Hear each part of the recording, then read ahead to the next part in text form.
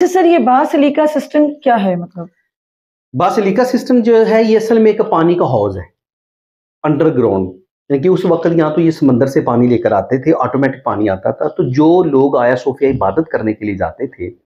تو وہ basilica system میں جا کے وضو کرتے تھے یا نہاتے تھے۔ لیکن چونکہ یہ 2000 سال پرانا ہے اور انڈر گراؤنڈ ہے، نیچے بنا ہوا ہے، تو یونیسکو نے اس کو کلیئر کیا ہے کہ یہ دنیا کی عجیب عمارت ہے، تو لوگ ادھر جاتے ہیں۔ تو یہ جو ہے آیا صوفیہ ہے اس سے 100 فٹ کے فاصلے کے اوپر باقاعدہ ٹکٹ ہے، ٹکٹ لے کے آپ اندر جائیں، اور حیران کن وہ پانی کا حوض ہے، پوری ایک عمارت ہے کہ 2000 سال پہلے انہوں نے پانی کو ذخیرہ کرنے کے لیے ایک پورا سسٹم بنایا تھا۔ آپ نیٹ پہ سرچ کریں گے نا باسیلیکا سسٹم تو آپ کو وہ ساری اس کی عمارت نظر آئے گی۔ تو یہ دنیا کی جو انٹیک عمارت ہے، یعنی کہ عجیب وہ جو یونیسکو ڈکلیئر کرتا ہے یہ باسیلیکا سسٹم وہ ہے۔ تو اس وقت یعنی کہ اگر 327 میں آیا صوفیہ بنیا ہے تو اندازہ کر لیں 1700 سال پہلے،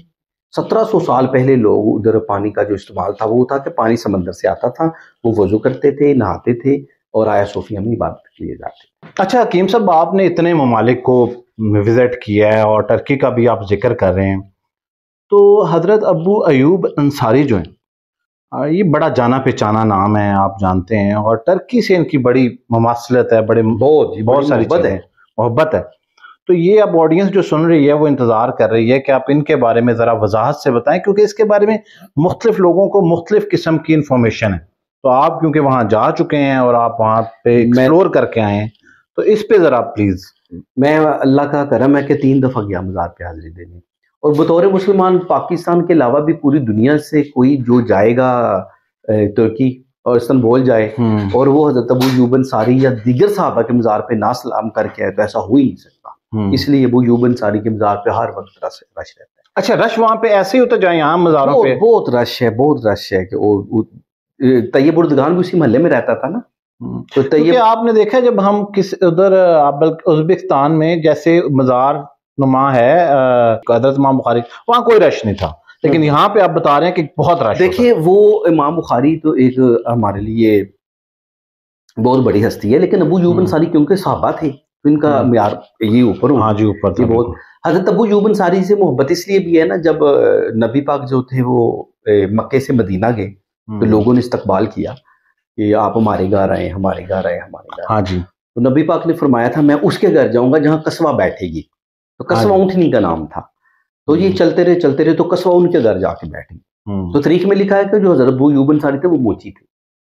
تو یہ بڑی حیرانگی والی بات تھی مدینہ والوں کے لیے کہ ہم امیر لوگ ہیں، حضور پاک ہمارے گھر نہیں آئے،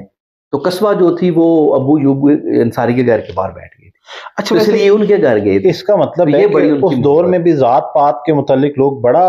سوچتے تھے کہ یہ ایک موچی کی ذات کا تو اس کے گھر میں کیوں گئے، تو لوگوں کے مدینے والوں کو یہ تھا نا ہم امیر ہیں، ٹھیک ہے، ہم استقبال کریں گے تو نبی پاک ہمارے گھر آئیں گے، لیکن حضور پاک نے کہہ دیا ہم ان کے گھر جائیں گے جہاں قصوہ بیٹھے گی۔ قصوہ حضرت ابو ایوب انصاری کے گھر کے سامنے بیٹھ گئی، تو حضور پاک پھر ان کے پہلے دن کے مہمان بنے۔ اور جو حضرت ابو ایوب انصاری ہے، پھر دیکھیں وہ پوری پھر ہسٹری ہے ان کی۔ حضرت ابو ایوب انصاری، حضرت ابو ایوب انصاری جو تھے، حضور پاک نے کیونکہ پیشن گوئی کی تھی کہ جو قسطنطنیہ کو فتح کرے گا وہ جنت میں جائے گا، تو حضرت ابو ایوب انصاری اور دیگر صحابہ اس لیے وہ قسطنطنیہ جاتے تھے کہ ہم فتح کریں، کہ نبی پاک نے کہا ہے کہ جو قسطنطنیہ فتح کرے گا وہ جنت میں جائے گا، لہٰذا ہم فتح کرتے ہیں جا کے۔ اس لیے حضرت ابو ایوب انصاری کے علاوہ دیگر 42 صحابہ اس سے بھی زیادہ ہو سکتے ہیں، جو بھی جاتا تو ان کی ادھر وفات ہو جاتی تھی، وہ ان سب کی ادھر مزار شریف موجود ہے، لیکن قسطنطنیہ فتح نہیں ہوا، ان کے کسی قصے میں قسطنطنیہ کی فتح نہیں آئی۔